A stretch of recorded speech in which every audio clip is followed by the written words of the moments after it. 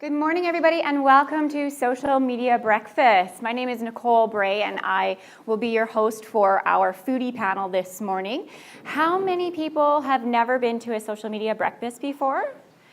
So we like to reserve some of the seats in the front of the room for our VIP first-timers. So if you're interested, you can come on up into the front row. We like to make you feel a little bit special. Can everybody hear me through the microphone okay? Awesome, great. So we want you to engage and connect with us. These are the places that you can find us. We are at SMBYEG pretty much everywhere. The only place that we're a little bit different is Google+. We are SMBYEG CA. Oopsies, now I pressed the wrong button. I pressed the stop button, everyone. You know that that's bad, right? Awesome, we're back. So our mission for Social Media Breakfast is to build and grow a community, providing opportunities for social media networking and education at all levels of digital literacy. I'll tell you a little story. I came to the number 6 Social Media Breakfast, and everything that I learned in the next probably about 4 months of Social Media Breakfast helped actually launch my new career. So the stuff that you learn here is really, really, really awesome.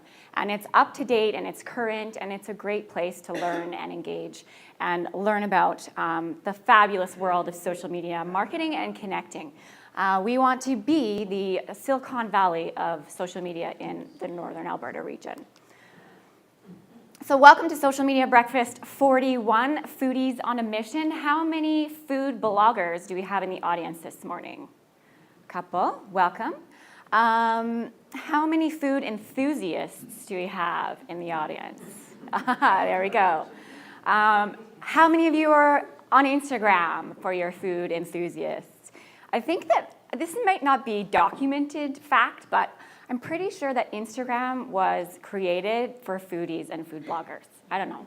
I heard that somewhere. I don't know if there's any validity to it whatsoever. So we are a place where anyone, experienced or otherwise, can come to learn, to cultivate, and celebrate Edmonton's very dynamic social media community. We have one of the best social media communities in all of Canada, so give yourselves a pat on the back for that. Our guest speakers are here to share their experience and expertise of social media use, and it's always followed by an opportunity to network in real life. We can make great connections online and hide behind our avatars, but when you meet people in real life, it is amazing. So we really encourage you afterwards to go over there and just comment on the sticker that somebody has on their name tag and just start a conversation and get to know some people in real life. This month's sponsor is Nate. We're going to have Nancy come up and do her kind of intro on what she's going to chat about today. So tweet to her at Nate. She is our food sponsor for this morning. So if you're enjoying the new Transcend coffee that we're trying out for the first time today and all the goodies, this is because of Nate. So here you go, Nancy.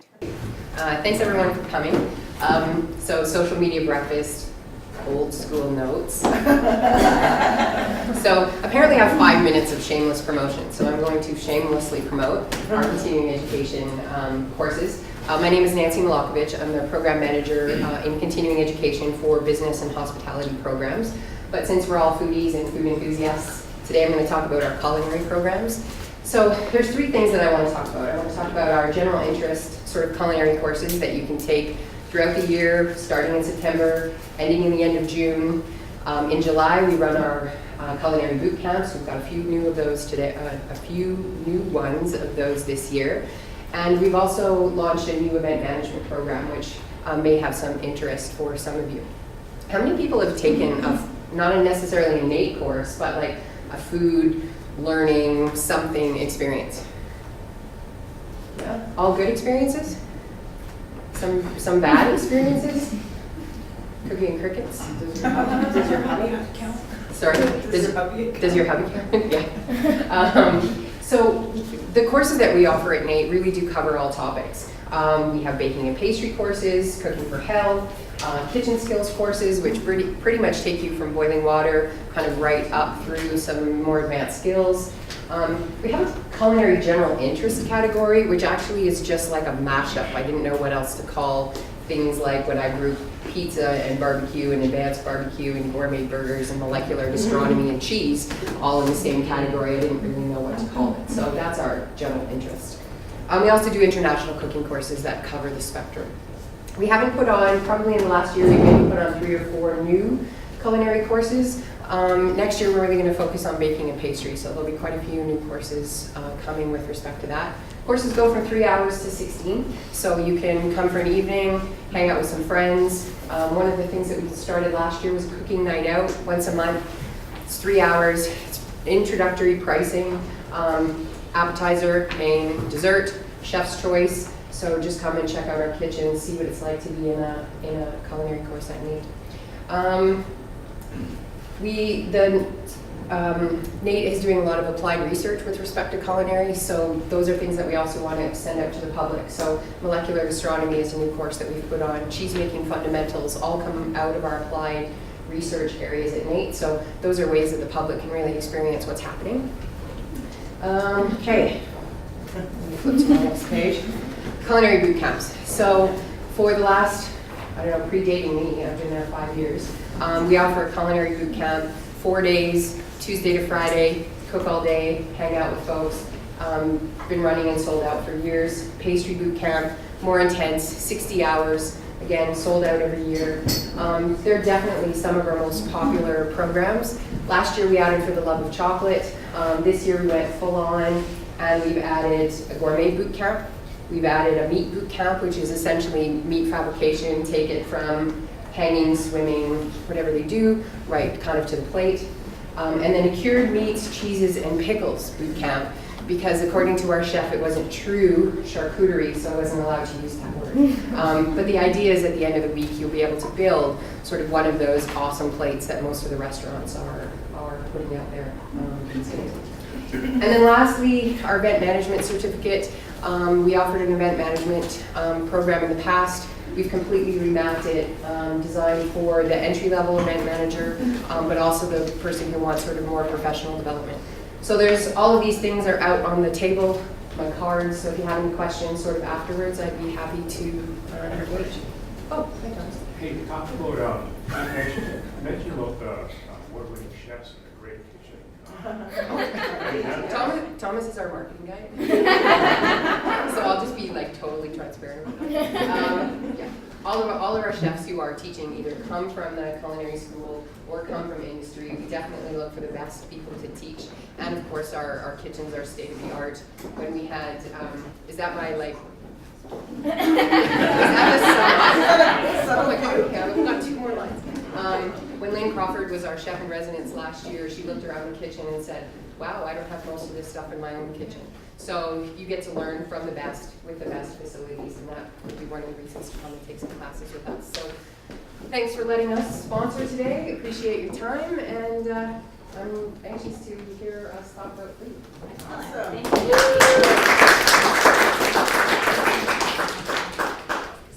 So some of our other sponsors, that we call them our SMBYEG farmers. So if you kind of notice, we have a little bit of a breakfast sort of farm theme going on with our brand. Genome Alberta, they are the ones who help host our website. Green Cloud Productions, what do they do for us, Peter? Ah, right, I'm so sorry. That is our awesome videographer and all the gear that we've got going on here, and these things with the wires. That's because of this fine gentleman right here. Startup Edmonton is our home. They have been our greatest hosts for over almost 3 years now, since we grew out of our CBC space. And Sounddesk. So Sounddesk helps assist us with our tweet wall when we have it going, and some other cool technical stuff that I don't really understand. So if you or your business would like to be a part of Social Media Breakfast, would like to come up here and shamelessly promote your business, not shameless at all, then please let us know. Sponsors are the reason that we have been able to be around for 4 years and going strong. They're the ones who feed us our breakfast and help us just to stay afloat. We've got a great team of volunteers who run the committee, and they work really hard at making sure that these breakfasts happen and stay free for you guys. And the only way that we can do that is because of wonderful sponsors. So for the very low cost of only $295, you can sponsor a breakfast and help us achieve our mission. And we promote you via social media all month long. So you get all those shout outs, and you'll get tons of shout outs in the morning, because you'll see a lot of people are live tweeting. So for our panelists, if you see people looking down like this, they're not ignoring you. They're giving shout outs to our awesome sponsors and you guys as well. So that social media breakfast committee that I was talking about consists of Jackie Fraser, Tammy Lee, and Peter Wiegren. Peter Wiegren is here, Tammy Lee is back there. They are the people who make all of this happen, and there's a lot of hours that go into this, guys. It's not just about this morning, so they are superstars. Some housekeeping items. Should you need to go to the bathrooms, they are just right and right. Go through that kitchen. There's no buckets up there today. That's good. The ceiling's not leaking for these guys anymore. That's awesome. And when you go to the ladies' bathroom, you can look up and see the beautiful new arena that's being built. I don't know about the men's bathroom, but I'm not privy to that information. Please keep the place clean. Remember to pick up your coffee cups and any other garbage and stuff like that. There's a lot of people that go through this space. I spilled my orange juice down there last month. I had to clean it up. So if you just make sure that we're all tidy, that would be greatly appreciated. How's everybody doing this morning? Is everybody awake? I might have to start doing some questions. So I'm going to get those hands up and get you guys to wake up a little bit. All right. As I said before, we really encourage you guys to live tweet, give shout outs, drop your knowledge bombs via Twitter, use the SMBYEG hashtag, and but please keep them on silent. We've all got some, I don't know, we got Star Wars ring, or I don't know what you got going on, but please make sure it's on vibrate or silent. And of course, like I said, use the SMBYEG hashtag when you are tweeting your knowledge bombs. So let's get started. We are going to talk about Foodies on a Mission. So our panelists include Lindsay from Edible Women Blog. Come on down. She's going to give everybody a high five like the rest inside. We have Big Addie. Big Addie has been a Yelp Elite member. And we have Brittney from Gastropost. We got a couple, excellent. And we have Mike from Operation Fruit Rescue. I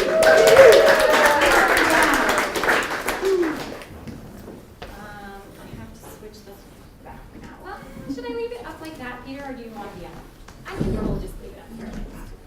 All right, so we're going to pass this microphone around a little bit. So I know that we're going to have challenges with the cord and stuff, but let's just deal with it and be ready. So who's ready for Foodies on a Mission?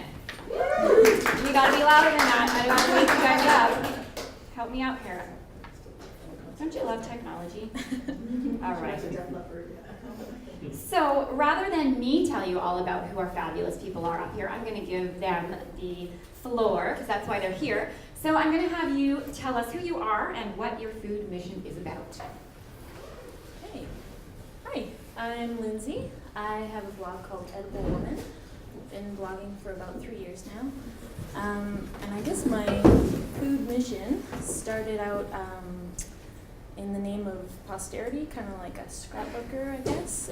Just collecting recipes that mean a lot to me. I'm very sentimental about food, so it was just a place to put everything, so I wasn't spamming my Facebook friends with my food pictures anymore. And yeah, it's just kind of snowballed from there. Excellent. All right, hi, I'm Brittney. I'm the community manager for Gastropost Edmonton. So we do weekly food missions for food lovers. So if you love food or you eat food, we do missions every week.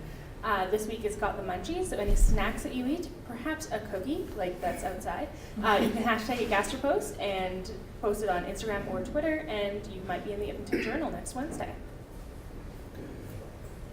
My name is Mike, and I'm just going to do a little correction here. It's at OFRE Fruit, O-F-R-E, Fruit.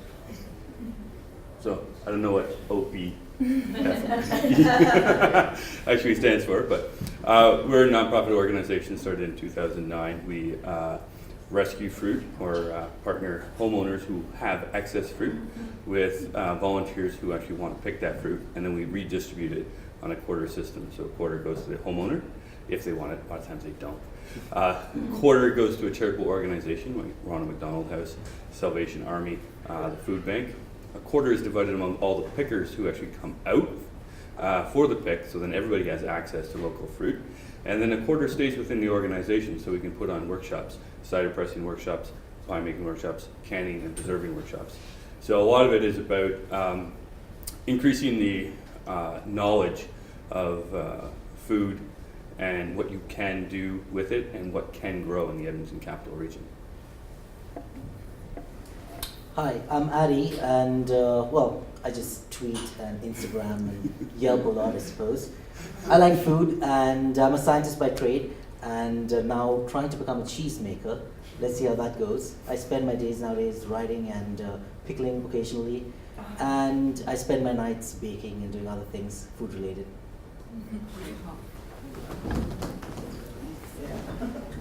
Can we give a big round of applause and welcome?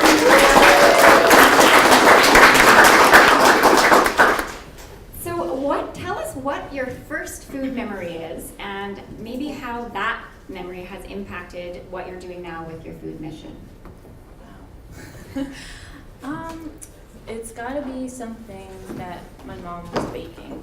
I don't know what specifically, but that's kind of where it all started. We were very hands-on kids in the kitchen. My brother, he would deny this now, but he knew the recipe for chocolate chip cookies, like off the top of his head when he was 3. So yeah, that's kind of informed my blogging, I guess. It's very sentimental, and it's recipes that remind me of people I love and places I love. And my first blog post was actually the Red Deer cookie, which is my hometown. So yeah, it's all kind of wrapped up together, and food is memory for me. So yeah. I think for me it would probably be on my Oma and Opa's farm, because my Opa was a butcher. They always had cows, and my Oma had this giant garden that was way bigger than even our backyard in the city. And so I remember always like helping like get the fresh food, and we always ate local. And I think that really, it's something that I do always today as well. Like I will always choose local food over any other option if I have that option. And even though I live in a tiny apartment with a small balcony, one day, hopefully I will have my own little garden that I can putter around in. I guess it goes back, I mean, grew up on a farm. There's 4 kids. Our parents wanted us to get involved in food, and they didn't want to cook. So they made us cook. So I guess the first memory was, it's like grade 1, they're like, you're making your own lunch. We're not making it for you. My sisters were complaining too much, so they're like, you make it. And it wasn't until about grade 9 that I realized if you actually create a good lunch, you can actually have a good lunch. And then when I got to university, I realized that being knowledgeable about cooking really helped out in attracting the ladies. And it has just basically just transformed my life when I met my wife. And then she started up Operation Food Rescue, and then I've continued, and it just brought me back to my childhood. So that's kind of like how it all is a cyclical motion. Well, I think I always liked food as a kid, and yeah, well, you can tell, right? I eat a lot of good food, hopefully, but I think what triggered my food mission or whatever was probably something. Well, back in my 8th grade, I think the coolest thing I did was I baked this bread, and I didn't realize how easy it was to bake bread. And that sort of got me into thinking more about food. And of course, I took a break from it. Then I went back, similar to Mike's story. I went to grad school, living on my own and whatnot, and trying to cook out of my tiny apartment. And I started exploring more about what I like to eat, and hence improving my culinary skills. Look like I fixed it. Well done. Actually, Peter fixed it extra. Okay. So all of your missions or involvement in this food, they involve sort of motivating people to do something or organizing a community of people, whether you are making reviews on Yelp or writing for your blog and helping people try your recipes and obviously getting people to post and pick fruit. So using that and organizing a community of people, what are the social networks of your choice or channels that you use to accomplish that? Instagram is my favorite. It's just like instant gratification. You just post a picture and you just double click it if you like it. So that's what my choice is. I like Twitter in that it's very functional, also very instant. But I'm actually curious to know your guys' opinion on this. If there is a social network that you like hate but you use it anyway. Let's go with that question after this. Yeah. Because I think that'll be juicy. Yeah, for me it's Pinterest. I can't stand it. I just, yeah, but food bloggers kind of have to. But for me it's just frustrating, and I spend as little time as possible on there. But yeah, it's for me it's all about like. I get so excited when people talk about food with me. It's kind of the great equalizer and something we can all bond over. So just any kind of conversation on Twitter or Instagram or Facebook is awesome for me. So I have two hats. So as Brittney, the person who enjoys food and posts things, and then as Gastropost, as I encourage other people to post things. So for Gastropost, we use Tumblr, Twitter, and Instagram, because our website is actually on Tumblr. So those are our big three that we use. Instagram is probably the best for us because we put missions on there every week. And we also like to regram people's photos throughout the week to help inspire other people. But Twitter is really good because that way we can answer questions and get back to people in a very great and easy way for people. I find people are more likely to tweet at you than they are to send you an email if they have any questions about things.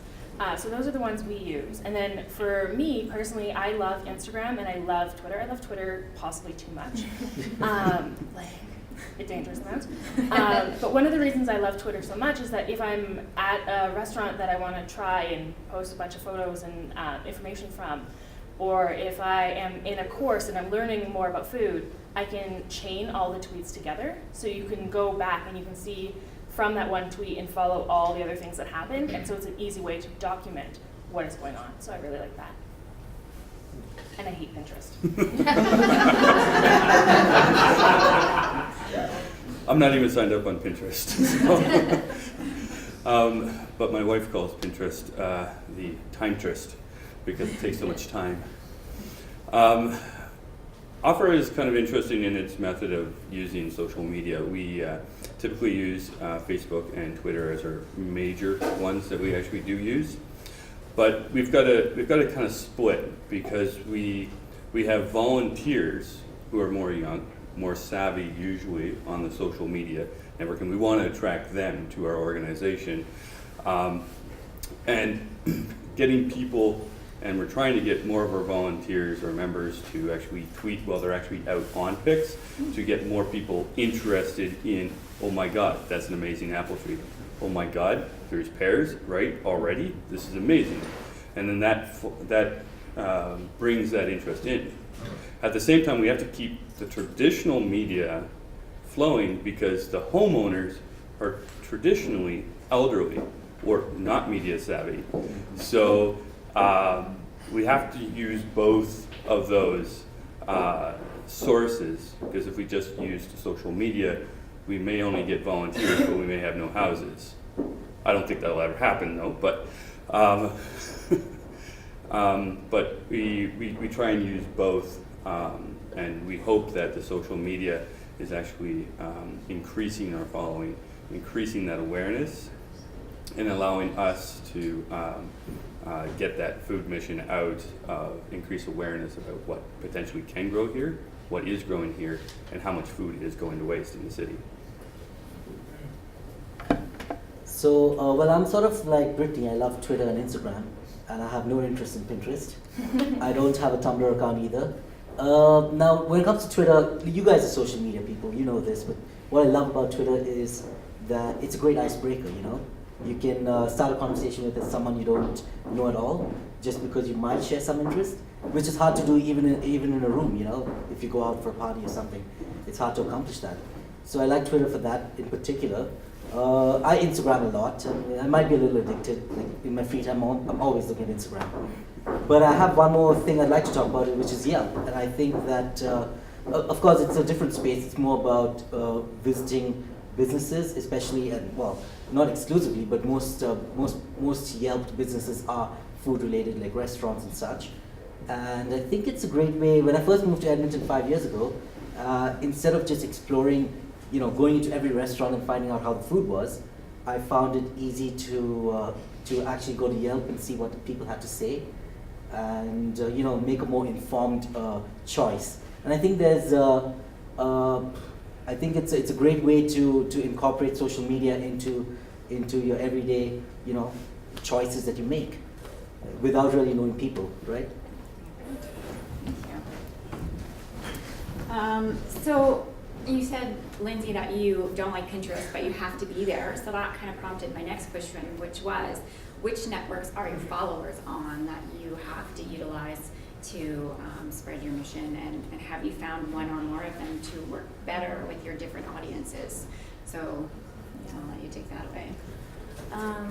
Yeah, well, I feel anyway that food bloggers kind of have to be on Pinterest because, again, it's the instant gratification, like I'm just going to repin that, just done. But I find with Pinterest it's kind of a dumping ground for just images that don't link to anything. I can't tell you how many times I've seen a recipe and I'm like, ooh, that looks good, and I click on it and it just leads to a Tumblr, like an image, that's it, and no recipe, so it's a little bit frustrating, but a lot of people use it. That's where a lot of traffic can come from, is Pinterest. So it's a necessary evil for now. But I find, yeah, I think there's a bigger community, especially in Edmonton. I don't know if that's unique to this city, but we've got a really strong Twitter community. And I find that when I post on there, I get feedback almost immediately, and it can kind of, you know, if it gets retweeted, then it can snowball into something else and a different conversation about another thing. So, and like Addie said, it's a good way to meet people and break the ice. I find that Facebook is a little bit, I don't know, less active for me than Twitter, but that's just me personally. I would say for us, people who love food are on everything. So they're on Pinterest, they're on Yelp, they're on Facebook, they're on Twitter, they're on Instagram. So it's not a problem of like finding people who eat or love food, because they're everywhere. I am totally against Pinterest just because I personally don't enjoy it. I don't find it as an enjoyable experience. And I find a lot of photos that I post on Pinterest aren't necessarily the person's who's posting it. And I don't really like that. Like, that's also a problem on some Tumblrs and also on Instagram, but I feel like if you're posting a photo, it should be your own photo, or you should credit whoever you're taking the photo from. And then, so for me, the only thing I use that I don't super love is Facebook. We do have Facebook pages for Gastropost, but it's very hard to get people because of the way that Facebook changes their algorithms all the time. It's hard to get your message out there if you post without paying a whole bunch of money, and the return is not really there in what we do. So for me, Facebook is one of those things that I do, but it's not great. I would much rather put my energy towards towards Instagram or Twitter, because that's where people are. That's where people are actually engaging, rather than Facebook, which I think a lot of people use because they have to, because that's where they're going to be invited to things. It's how they still talk to their family members and connect with people from high school. So, but I'm just not a huge Facebook person. I think you actually took our answer right now.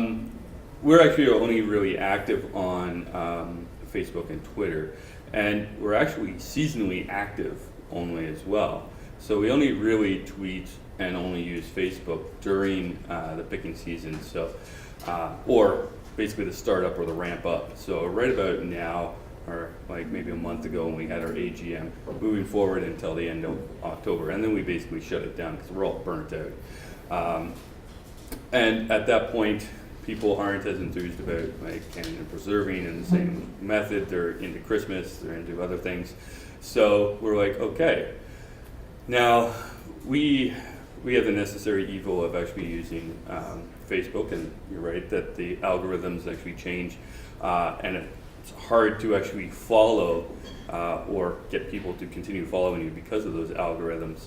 But because we're a volunteer-based organization and we don't have a very, we'll say, large volunteer base who are extremely savvy in the social media, we really revert back a lot of the times to Facebook to do a lot of our posts, because some of our volunteers just don't have the knowledge or the capacity to use Twitter and Instagram in the same method that all you guys are using it for.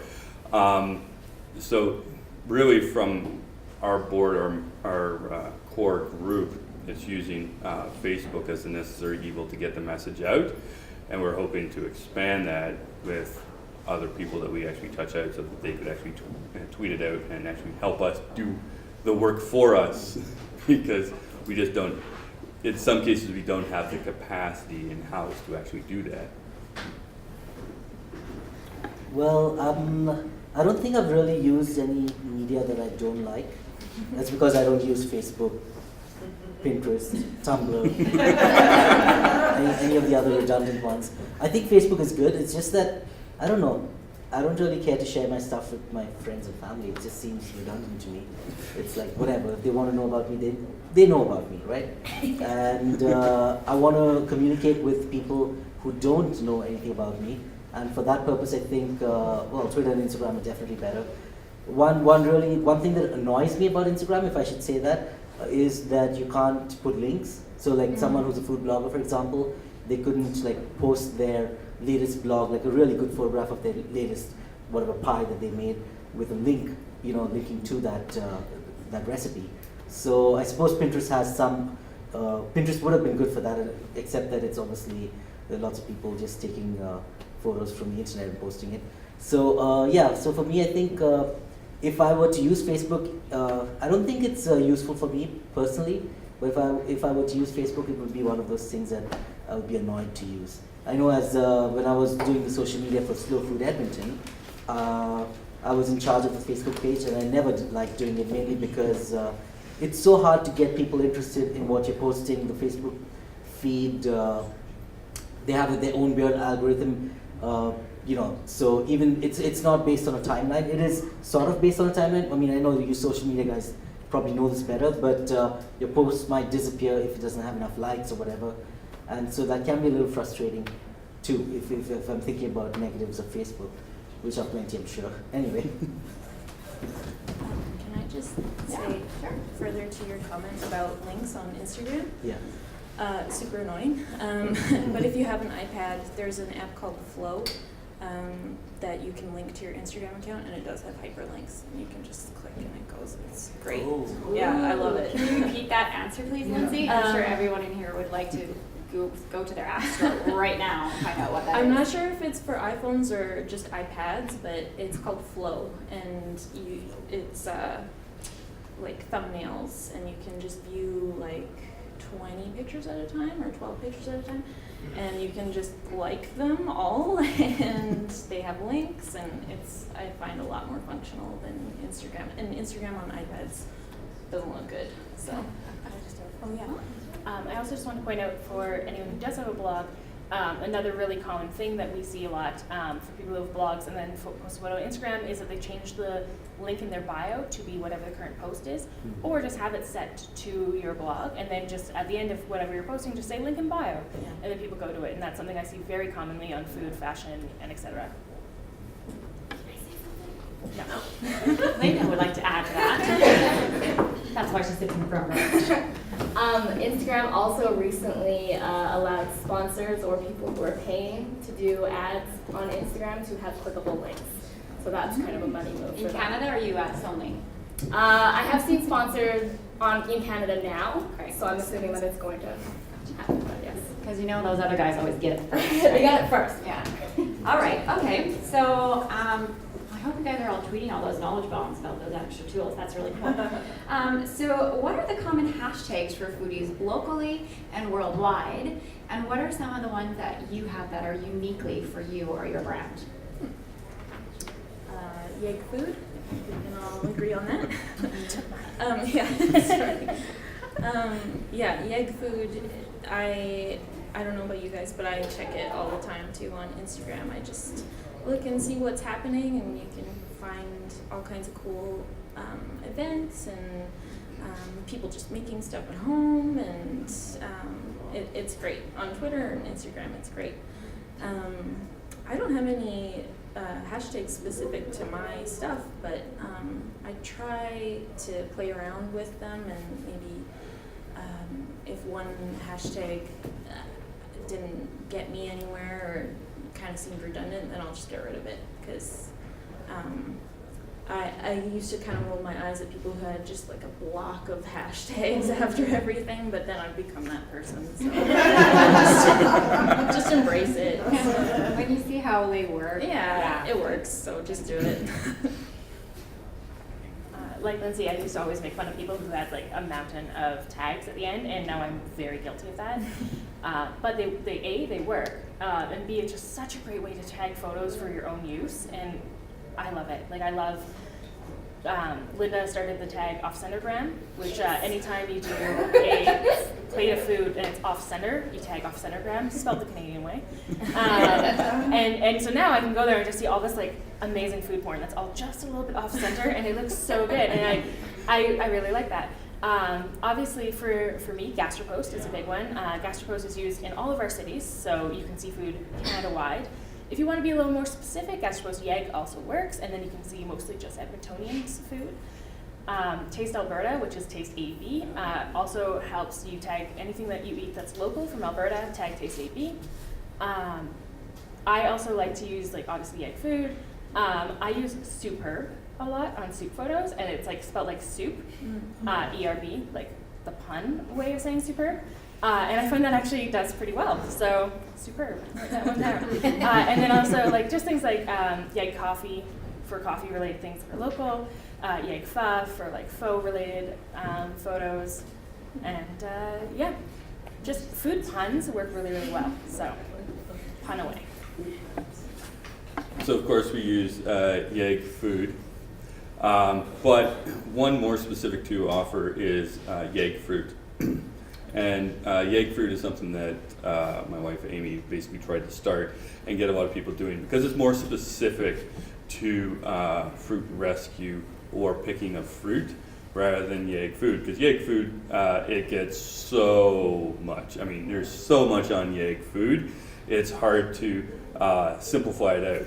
So typically when we do it, we'll use YEG fruit as our first one, YEG food, and then YEG urban egg, because of Lactuca Farm and basically urban agriculture, the startup of hyper-local food and the distribution of that. So those are the three kind of tags that we typically tag out.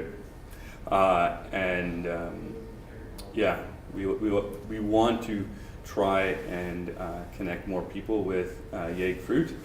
I don't know if you guys know, but Operation Fruit Rescue is Edmonton based. However, there is multiple fruit rescue organizations throughout Canada. There's probably at least 20. Almost every single major urban center in Canada actually has one. And last year we started a dialogue so that we could all start to share information and coordinate our expertise so that we all didn't make the same mistakes. And I'm kind of drawing a blank about what we actually have as our common hashtag for food around. around the globe and around Canada. But I'll get that shortly. Well, obviously, yet food. But I think coming to what Mike was saying, like last night I made croissants, so I obviously put hashtag croissants. And so it can be, you could index it by what you're actually cooking or baking, butter or whatever, whatever ingredients you use. And you're eating African food, put hashtag African food, I don't know. But so it's difficult to determine what hashtag works for you. But if it's if you're doing something very specific, like Mike's doing, you can have your own. You can create your own hashtags. So me and a bunch of us cheesemakers, we have a hashtag YEG cheese. So next time you're eating cheese made in Edmonton, so far there isn't a lot of it, but go ahead and hashtag YEG cheese. Nate. I'm sorry? Nate makes cheese, you can buy it at Nate. I know, yeah, that's right. Yeah. So if you're buying cheese from Nate, make sure you put hashtag cheese. So that's obviously very specific to what you're trying to promote. But I think YEG food finds. I think I love Gastropost, for example, especially Gastropost YEG. It's because you get to communicate, you get to see photos of people who you actually know. You either follow them on Instagram or you just know of them. You've seen them in the journal. You've seen their photos in the journal. So it's a great way to see what other quote-unquote friends or social media friends of yours are doing without actually scrolling through the entire feed and searching for them. If you're looking for food-related posts for the week, if you want to compete against another Gastroposter to get your photo into the journal, you know what you have to do, right? Right. Anyway. You gotta creep your competitors. Yeah. If you see those croissants in the paper next Wednesday, you'll know why. I'm really trying to sell them, yeah. Anybody in the audience have a hashtag that maybe wasn't mentioned that they follow religiously or anything like that? Related to food or otherwise? Yeah? You can search also by location. So if you want to see what's in the downtown area, it'd be YEG DT for downtown. And sometimes food will come up as well because people are eating in downtown. So just doing that, or even just White or Strathcona, they'll have food related to tips. Sometimes my husband always asks me when he's Instagramming something, what hashtag should I use? I'm like, well, you're eating barbecue, right? Barbecue. Like, sometimes it's not a science, it's kind of just the common sense kind of thing. Can I just add something? Sure. Oh, well. Unless you want to talk real loud. No, well, I'm happy with this. Okay, so a really cool hashtag I've noticed that works with food somehow is YEG WX, which is YEG weather. Because if it's gloomy like this, suddenly you see all these photos of people having soup. And if it's a great summer afternoon, you see people eating fresh fruit and stuff like that. It's not the only hashtag those people use, but it is one of those hashtags that they use along with YEG food because they're just enjoying the weather or they're hating the weather, right? So I think that's a cool way to find interesting food photos if you're really desperate, I suppose. Yeah. What's it called? YEG WX for weather. Which is short for YEG weather. Yeah. So which top blogs or people or places inspire you the most related to food, locally or globally? I read Only Here for the Food religiously. It's where I get all my news, all the news that matters to me is food related. She's just like magically on top of everything. I don't know how she does it, but yeah. And then globally, I don't know if any of you know Joy the Baker. Mm-hmm. She's kind of my idol, my baker guru idol. She's got a very stylish blog, and she cooks kind of home style baking. It's nothing too crazy, but it's always crazy, if that makes any sense. Her flavor combinations and yeah, there's so much out there. I signed up for a Blog Lovin' account just so I could put them all in one place, and then you can follow all the blogs that you like to read, and it's a very pretty setup, I guess. It's very image centered, and yeah, I just go on there every couple of days, and there's always a ton of stuff to look at, and it's great. I don't know if any of you have that, but it's a great service. Okay, this is gonna be big. So I'm lucky because I get to, because I work with in 4 different cities. So we have Gastropost in Toronto, Vancouver, Edmonton, and Calgary. So I get to see food photos and read food blogs from across the country all the time, which is amazing, and I'm constantly being inspired by the work and the food that people are having in other cities, as well as here.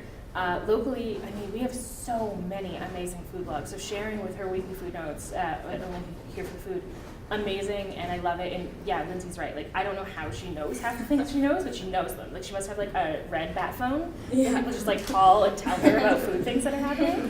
I think Lindsay does an amazing job. I love your food photos, and they're amazing. So, thank you. This is my first time actually meeting Lindsay, even though I've like followed her for a long time. So it's really weird that I'm like, hey, I know that you do all this stuff. And, yeah. That IRL stuff, It's I think well, we have Cindy and Linda right here, and like Cindy's photos are amazing, and she has been hitting stuff like really fast too. So if there's a new spot that opened, like check out Let's Om Nom, because Cindy has amazing things. Linda's okay. I mean, Linda has some amazing food stuff as well, so I would definitely check her out. What's cool about Linda is she goes to a lot of stuff outside of like the normal area, which is really cool, and I think she's just starting a Chinatown series, which is really interesting.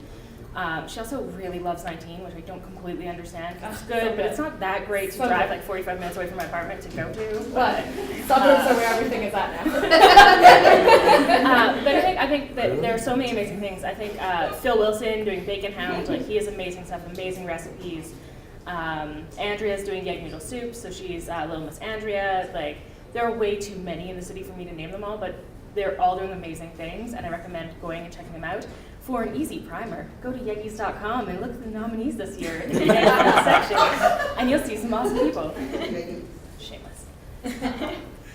This is, I don't actually do that much following of food blogging or in general. I kind of like sit at the side and it's like late night, make some popcorn and then go through that. And so I don't really have one that I actually really follow, but I will say that I really enjoy Michael Smith's cooking. I think that he's got a fantastic understanding of cooking. And I'm totally forgetting the guy's name from England who's transforming the... Jamie Oliver. Yeah. Jamie Oliver. And that's who my wife follows religiously. Jamie Oliver, mostly because his mission is not just about cooking, but also awareness of food. And having that combination, I think is really inspiring. Just beyond having a fantastic recipe is actually having a mission behind that and showing that what you can do with food and the power that food has to actually transform your life. Well, I don't think I follow too many celebrities, like food celebrities, but I do seek inspiration. I don't think I have one or two. I think it's from various sources. It's people like Lindsay, for example, as well as, and people all over the world who are mainly just food bloggers and doing their thing at home. Because there is so much creativity out there, you know.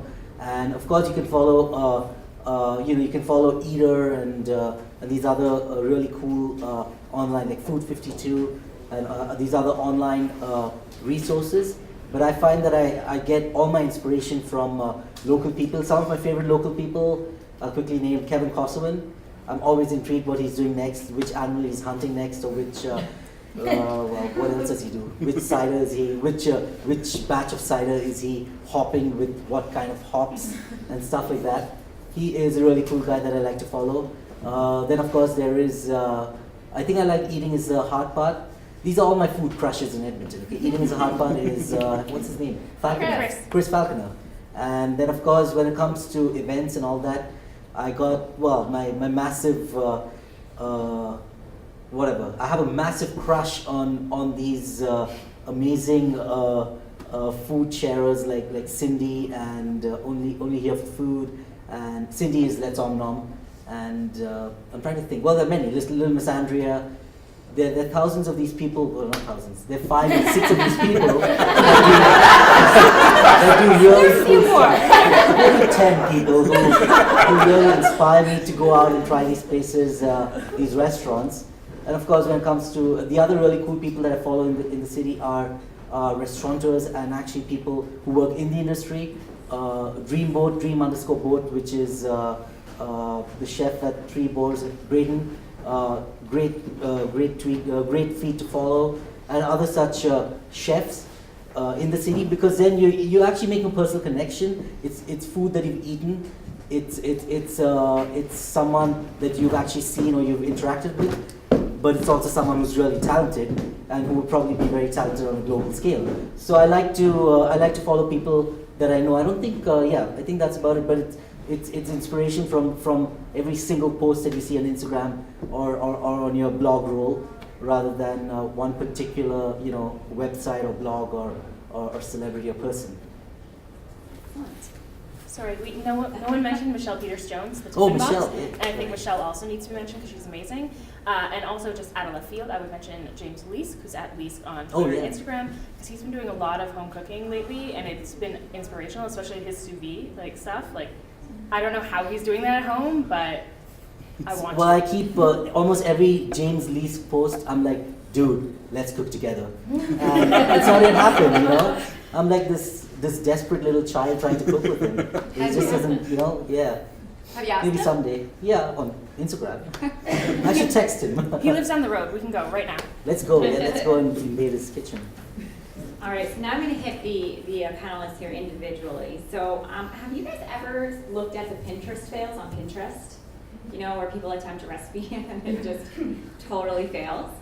So we're putting out a challenge to you guys right now. If you have a favorite, or if you can go and find one right now, tweet it to us while we talk with Lindsay about this particular topic. So Lindsay, have you ever attempted a recipe that ended up as a Pinterest fail? And would you share it? And do you have any tips to avoid this fate? Like last weekend. I just posted about it actually. I wanted donuts, like no one would believe. I wanted donuts so badly, and not just like a Tim Hortons donut. I wanted a very specific kind of donut, and I didn't want to deep fry them, so I had to bake them at home. And I'm looking for all these recipes online, and I used a Barefoot Contessa, Ina Garten, one of her recipes, which I thought was a safe bet. No, it was not good. And then I made another one after that was so eggy. It was like sweet omelet donut, kind of. It was awesome. Yeah, it was not good. But I should have taken a picture of it, because I do appreciate it when food bloggers, in particular, because it's like, it gets really aspirational. Like, look how perfect my life is, everyone. I like it when they post their fails, just to say, like, I'm a home baker, I mess up all the time, I waste a lot of ingredients. We're all in this together. But I love Pinterest fails, mostly because I kind of hate Pinterest, and it's just like really affirming to me to see like all these people, just normal people, me included, trying to emulate what these people are posting, and it goes horribly wrong, because it's all about the pretty picture and not necessarily about the facts behind it. But yeah, it's lots of fun. I think it was just. Yeah, that was just That's you. me. Yeah. Okay, let's just put the spotlight on you. Okay. So for Addie, you have been able to accomplish becoming an elite Yelper. So did you let the business owner know about your review, good or bad, or did you keep it online only? Well, Yelp sort of, I went through an evolution with Yelp. So when I first moved to Edmonton, Yelp was pretty small. And so I don't think business owners knew much about Yelp then. I've since become, I am pretty friendly with a lot of business owners, especially in the food industry. So I'm trying to think whether I have publicly announced to them that, yeah, I've written a Yelp review and I didn't like your food, it sucked. Go read it, But it's like, and please don't ever do that. People who in the restaurant, in the food industry, work really hard. Okay, So I'm trying to think of an instance where I have, but I don't think I've ever. Even if it was a good one? No? Not really, yeah. If it's a good one, I'm already gushing, all over the, telling the business owner, hey, I love your food and all that. And then, yeah, they see the inevitable Yelp 5-star review. But I'm trying to think if I've tried to. No, I don't think I have yet, because it is tricky business getting into that terrain. A quick sidebar is that Yelpers tend to feel very empowered because they are on Yelp reviewing sometimes, and and even though it might be a very honest review, I feel sometimes it's good to try a place 3 or 4 times before you review them, instead of reviewing them based on one bad experience. I'm mainly talking about the case of negative reviews and communicating with a business owner about that. So I think it's, and that's why I've sort of tried to keep them separate all these years, because I don't want to, because I know how hard it is for these people. I don't personally know, but I can imagine how hard it is for these people to run restaurants, So of course I try to be honest to them as well as to the Yelp community, which is a hard balance, I suppose. Yeah. Okay. All right, and this one I'll head over to Mike. So how can people know when their fruit is ready to call you to come and pick it up? And how many pounds have you rescued in the last year? Well, how our organization works is that we started this 2 years ago. Is the homeowner actually selects a day and a time to actually pick the fruit. So this year we're actually implementing basically a harvest management guide so people can actually know when their fruit is ready. Now, apples is actually pretty easy. Lots of people think that when it's falling on the ground it's ready. That's not actually the case. You actually have to go to the tree, you have to cut or take down an apple, cut it in half. Now, the seeds are the determining factor. If they're white, it's not ripe. If it's brown, you're good to go. And what we say is if there's white and a tinge of brown on it, that's when you get online, you submit your harvest request form, because you have to submit it 7 days or 7 to 10 days before your fruit is ready, which will give our system administrator time to actually post that to our volunteers, and enough time for our volunteers to sign up and then go and pick. If the seeds are brown already, it's kind of a little bit too late for us to really get there, because by the time we get it up and operational, your fruit's all going to be on the ground, and then we're just going to be coming and cleaning up your yard. Which I'm sure you'd love, but we want to rescue some fruit on it. For the amount of fruit we rescued, last year was the first year that we implemented the harvest management system, which was able to track it based upon the members or the volunteers. After a pick, they're submitted a form to fill out, and at that form they can actually indicate how much fruit was actually rescued by poundage. And last year, the number of requests or number of volunteer signed forms that came out indicate that we rescued 5,486 pounds on that. We know that number is a little bit low because I rescued over 1,000 pounds myself and didn't actually fill out a single form. But that's the only number that we actually could truly track, so that's the number that we actually use. And next year we hope to double or triple that amount of rescued fruit. Our end goal would be to get up to the quantity that hopefully Victoria is at, which is about 30,000 pounds a year. And they actually partner up with a brewing company and produce a hard cider for sale. Let's do that in Edmonton. Yeah.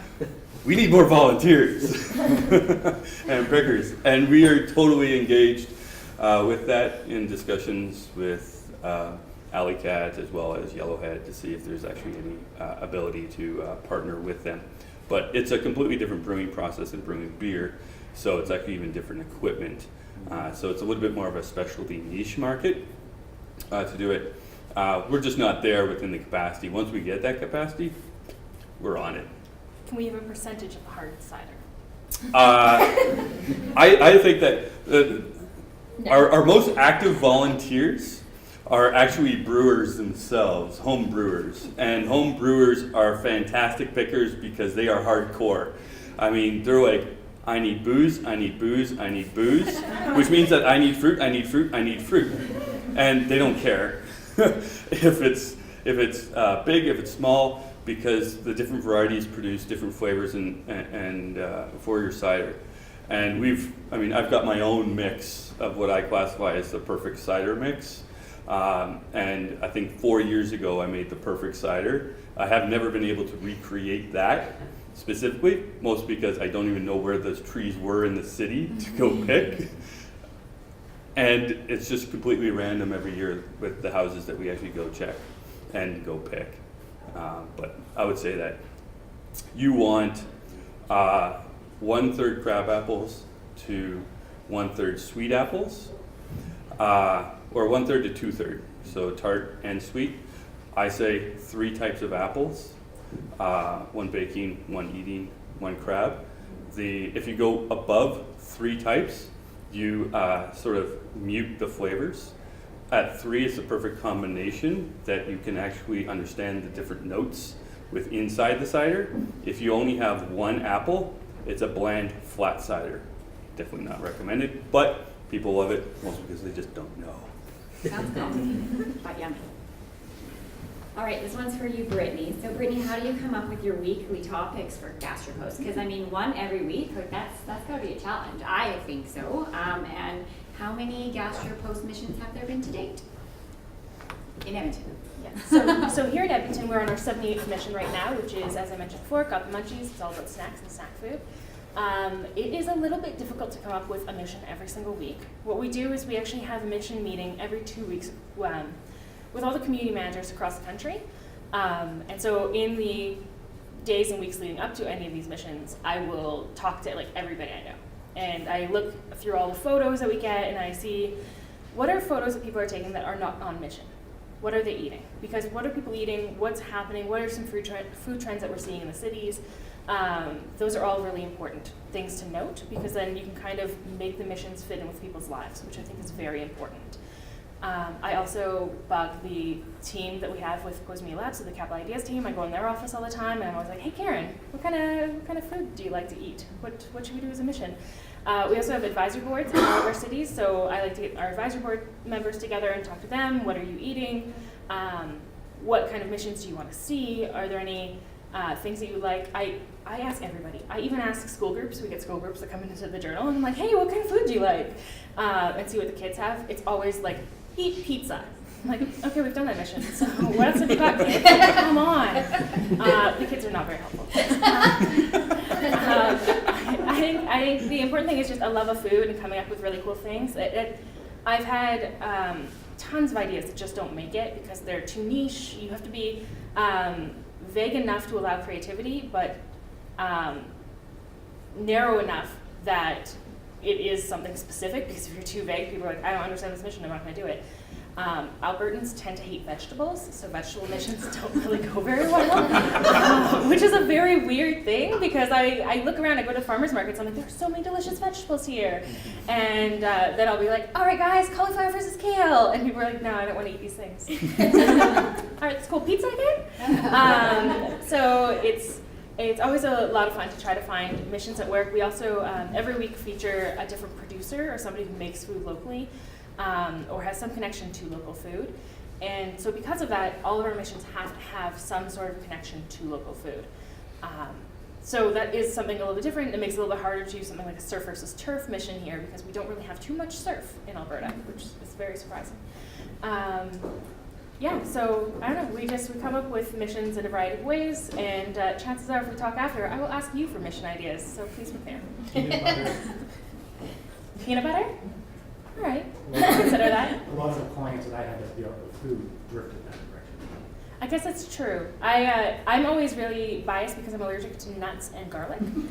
So we did a garlic mission, and I just hissed the entire week. It was terrible. But yeah, so I'm always a little bit difficult. If you want to, you can tweet your food or your Gastropost mission suggestions to Brittney at GastropostYEG. So this will be my last question for the panel, and then we're gonna let you guys take the floor and drill them with some questions. So if you could banish any one food from the earth, what would it be?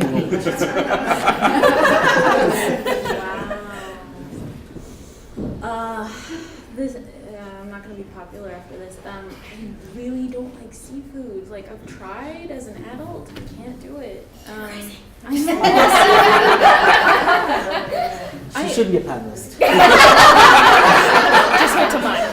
Sometimes it's an allergy, so that's warranted. It's not. Yeah, I can't help it. I had some really good sea bass, but I think it was just like all the butter on top of it. No, I just can't do it. And I wish I could, because I see other people eating seafood and they seem like so over the top psyched about it. Like I see the love that people have for it, and I just want to be part of that. But unfortunately, I can't. But I wouldn't ban it, because I know that other people enjoy it. No, ban it. Sure, yeah, I'm banning seafood. There'll be a lot of starving people in the world if we ban seafood. Also, I will really miss sushi. So as a part-time vampire who cannot eat garlic, I would ban garlic. I would ban garlic so fast that none of you would be able to have garlic ever again. Rosazado would just have to figure out a way to make delicious food without garlic. And the only reason I would take away garlic so quickly is that people use it in everything, and I feel like they use it to cover up bad food. Because I'm sorry, if I'm going to have mac and cheese, garlic does not need to be in mac and cheese. Like literally you need mac and cheese, and that's all you need. Maybe some milk. But I think people, they are so dependent on garlic that I think you guys need to be free from the burden of using garlic in all of your food. So it's banned now forever. On Brittney land. Actually, I love almost all foods, so I have a hard time, but I was just thinking about this. A durang. A durang is something that has to be banned. It's like an Asian... Yeah, durian, sorry. I agree. It is by far the most smelliest. I don't even know if it's a fruit or a vegetable, but it is so bad that it's just impossible to understand how anybody could actually fall in love with that. I mean, What does it taste like? I couldn't even get past the smell. I had to run out of the room. I mean, this is like, I'll cut it in half and I'm like, wow, it smells like vomit. I gotta leave. And it was so bad. I mean, I had to run out of the room. I couldn't actually stand the smell of it.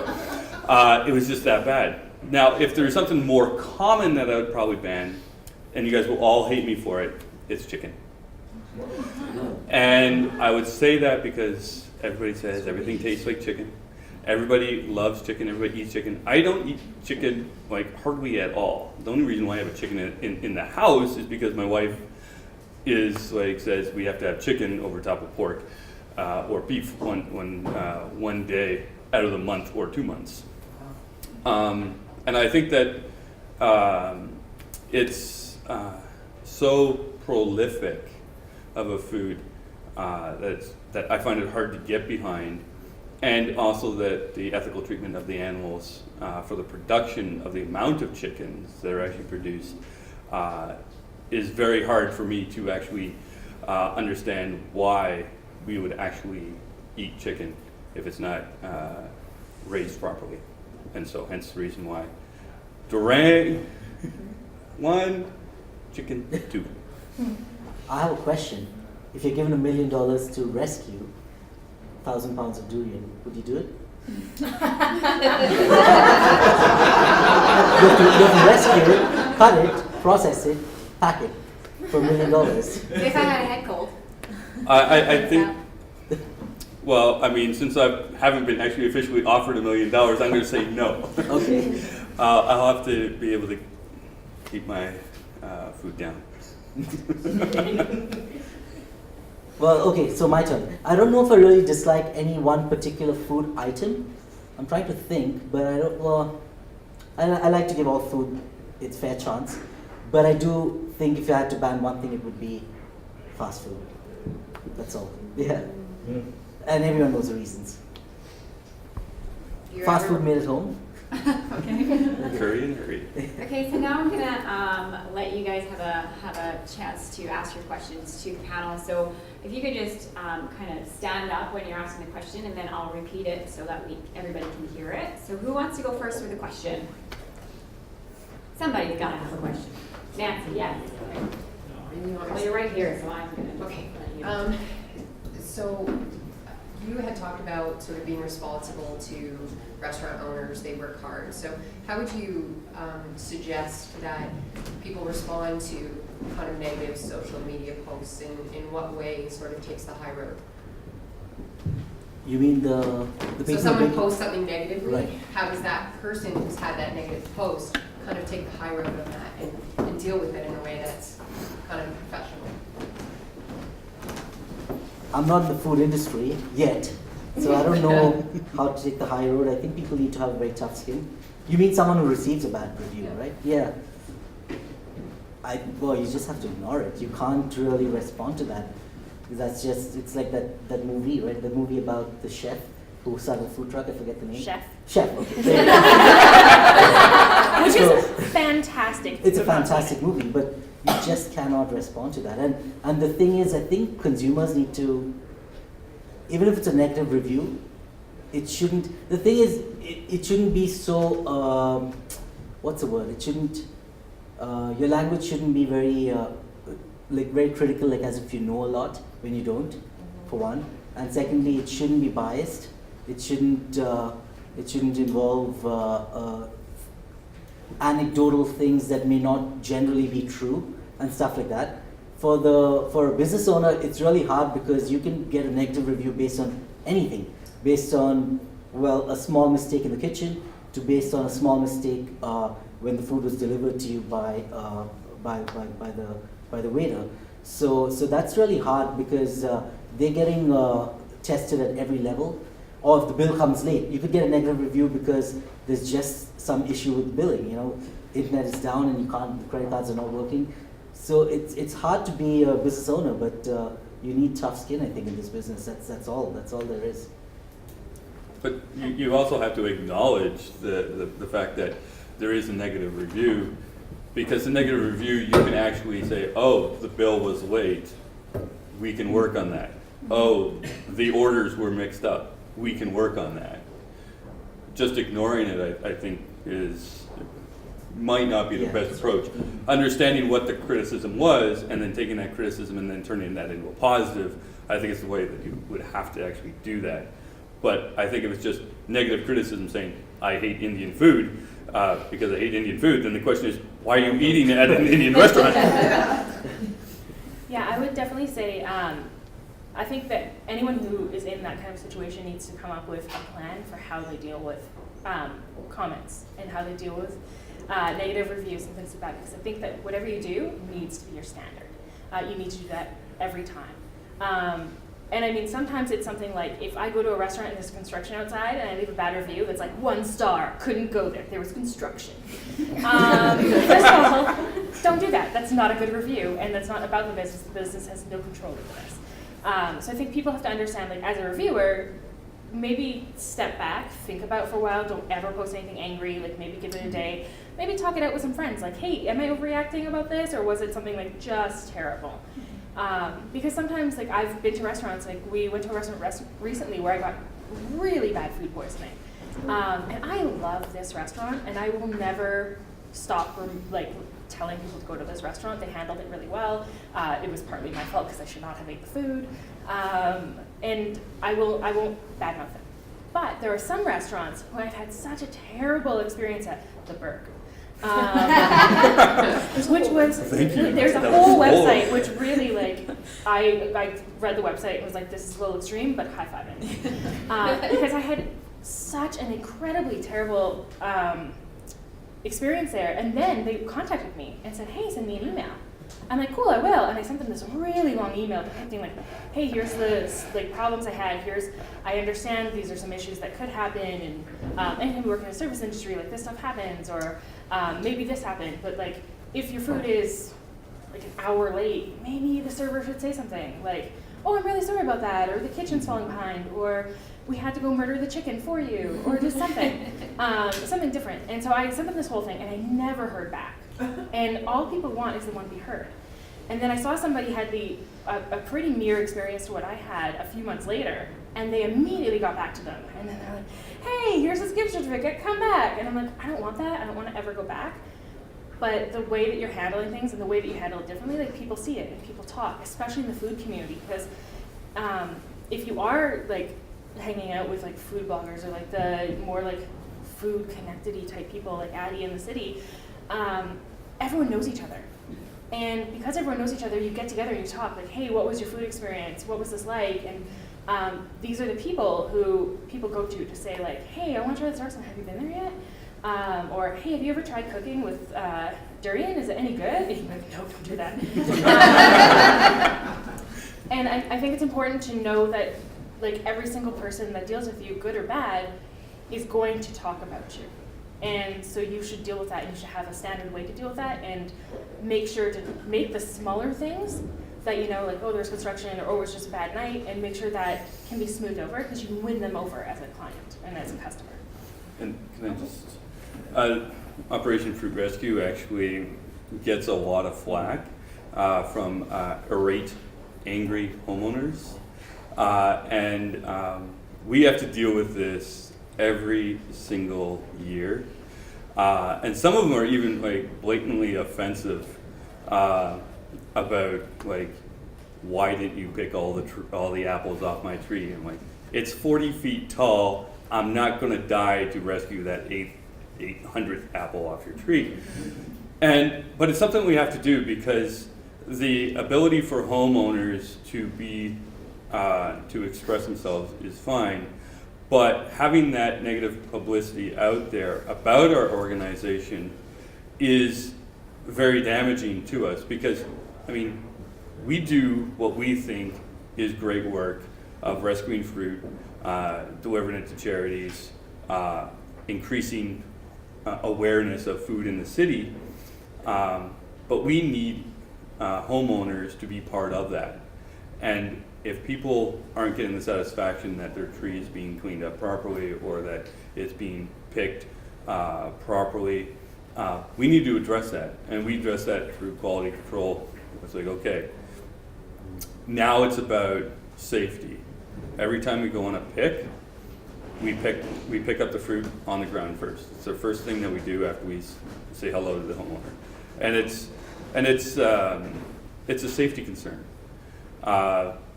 Lots of people don't like doing it because it's like, oh man, these things are rotten, they're on the ground, but it is a safety concern that you could actually twist your ankle, you could actually break your ankle, you could fall, you could trip, you could do all this other stuff, and that's actually dangerous. So cleaning it up actually is a safety issue. And then picking all the fruit, and then taking it and clean up their yard at the end. So the homeowner has a happy experience, but we can't get to every single homeowner just because of the demand. And we need to be able to reinforce the fact that we are a volunteer-based organization, and we hope that you will see value in us. And how we've looked at it is that our response cannot be negative, but must reinforce positive feedback to them. And so when we're doing it, we're responding in a positive manner to say that these are the things that we are doing. We hope that you love our organization. We hope that you'll continue to love our organization. Even though we haven't met your standards, we hope that you'll continue to be part of our organization. I think too, if I can just add, the way that you respond to negative comments online kind of depends on the nature of the negativity. If it's just like there's 1-star reviews out there or bad comments that are itemized. It was bad for these reasons. I'm just putting it out there. I can't give it any higher than 1 star. That merits a response and a discussion. But then there's people out there who just say something negative for the sake of saying something negative. Like, that looks like garbage. That's the end of their comment. And then I think, me personally, that doesn't merit a response at all. It just feeds the fire, whatever that person is looking to start. So yeah, I think there's two different kinds of bad review, if you will, and sometimes it's just not worth getting involved. Don't feed the trolls. Yeah. Well, I can reach you with this. Okay, so my question is specifically for Mike. I was really stoked to hear that you guys are talking with brewing companies to potentially donate your rescued fruit to make cider. I've made cider for the last 2 years, and I like a small amount, and I know how much work goes into just a few liters. So the amount of fruit that OFRE does pick would be awesome to contribute to them, because you're right, you can use slightly fermented fruit. You can use any of the fruit that has been rescued, so it's not specific to the ones that are going to be eating. So that's pretty cool. So yeah, how far along are those discussions, and is it something that's kind of realistic for the next few years? The discussions with the breweries? Yes. About the local fruit? The discussions have actually been ongoing. I mean, we started the discussion, I guess, with Yellowhead and I guess Alley Cat probably about 2 or 3 years ago when we started making cider. And it's not going to be anytime soon, and that's because the quantity of fruit required to actually make it possible is currently not within our grasp. So currently we've got 96 volunteers within our organization. This year we hope to double that and get to 200 as our volunteer membership base.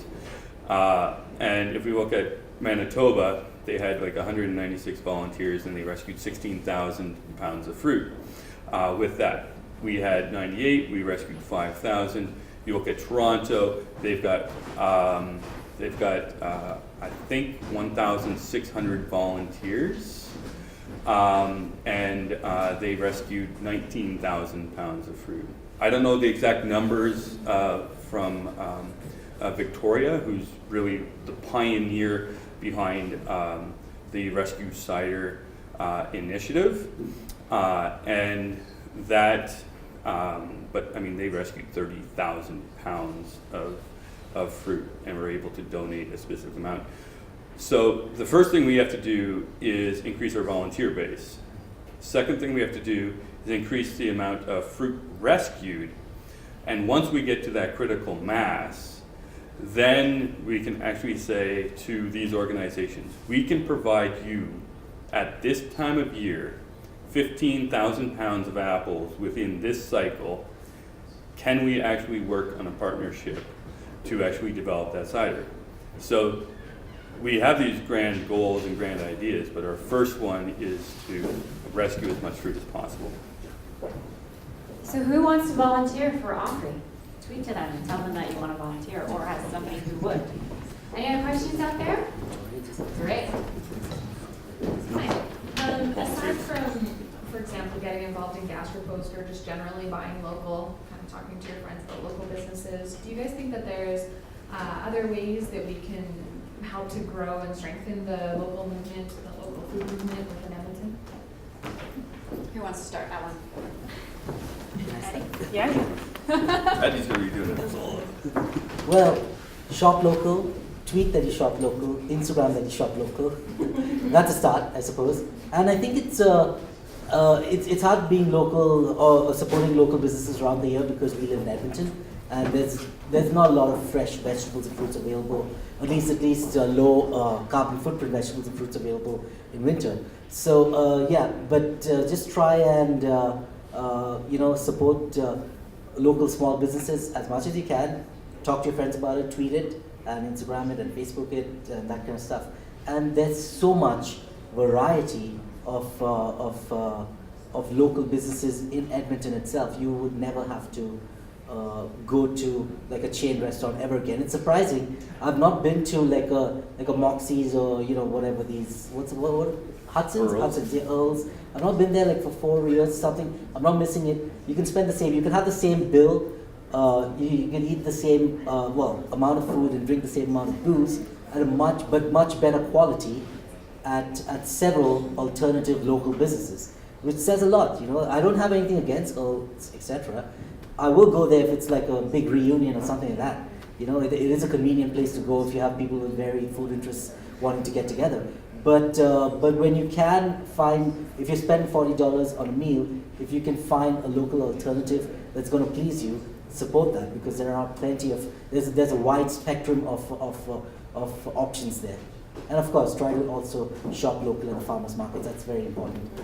We have, 18 markets now, which is kind of crazy, right? But do you think there's like a more structured way that we could all, that people who don't, for example, like myself, who don't blog about food and stuff like that, that are really interested in and advocating for it, that we can encourage that or almost campaign for that in Edmonton? There's a couple organizations. The one I'd probably say is Sustainable Food Edmonton. You could also get with Slow Food Edmonton as good organizations that promote good, clean, fair food. The Northeast Alliance, GIA, for those organizations that promote the keeping of the Northeast farmlands rather than actually having it developed into just strip malls and housing. I think a couple of those advocacy groups that really focus in on understanding really what food security is and addressing food security is really important to the entire idea of local food. Local food is what you get from it, but the advocacy part is the understanding of why we actually need to actually eat local. Because if gas prices go through the roof, or that we have a meltdown in any sort of transportation, Edmonton has the capacity to feed itself, I think, for about 3 days before we actually run out of food. So that's actually really scary when you come right down to it. But by shopping local, eating local, you actually produce and increase the mandate for locally supplied and produced food that will increase our food security inside the city and allow us to be more resilient to these sorts of craziness. I think there's so much you can do. I think the most important thing that you should do is spend your money locally. Like, I think go to local restaurants. If you, and when I'm saying local restaurants, I don't just mean all the big ones either. Like, go to the mom and pop places. Drive to Fort Saskatchewan for a day, hang out, say hi to the sheep that are grazing in the grass, and get yourself a burger at the downtown diner. Like, go support those guys. Support obviously local farmers markets and things like that. There are things like open farm days in August where you can go and actually go to the farms and meet farmers and see things there. In June, the first 3 Saturdays in June, maybe it's all weekend, I think it's Saturdays though. The first 3 Saturdays in June, drive down to Innisfail and you can go to the Edgar Farms Asparagus Festival, which is a hoot. I went last year and it was so great. They have a giant asparagus mascot, Asparagusy, who walks around. They have a whole bunch of animals. They have multiple things. It's not just an asparagus farm, so you can learn so much about that. And I think going there and talking to farmers, getting in the wagon and going out to the field, eating asparagus right out of the ground. I think that's really interesting. I don't know how many people have been to an asparagus farm and seen how it's grown, but it comes right out of the ground, like little trees. And I never thought about it until I saw it, and I was like, this is amazing. And then when you eat it fresh, it tastes like peas. It's the weirdest, like the taste is different. But I think there is so much you can do. Like maybe you decide to go on a little hole-in-the-wall local restaurant food crawl. And so like every time you guys are supposed to go for dinner with friends or taking family out, pick a local restaurant and go there. I think spending your dollars and encouraging other people to spend their dollars locally is probably the best thing you can do. Yeah, and I think even if you don't have a blog or anything like that, you can just share your excitement on Twitter. Just like throw a hashtag at the end or tag the supplier or the maker of whatever food you're excited about, and then other people will see it. And I think hashtags and stuff like that can really help things gain traction and help get the word out. So even something as simple as that, I think, works. So So would you say that YEG Local is a good one for something like that? What would you Yeah. say the hashtag would be? Just quickly, we're running out of time. Oh, yeah, well, even YEG food, I know there's a lot of stuff in there, but I mean, I check it all the time. I know lots of people check it. Taste AB, Eat Local, yeah, like there's lots you could add. Okay. Yeah, I think those are the main three. Yeah. Yeah.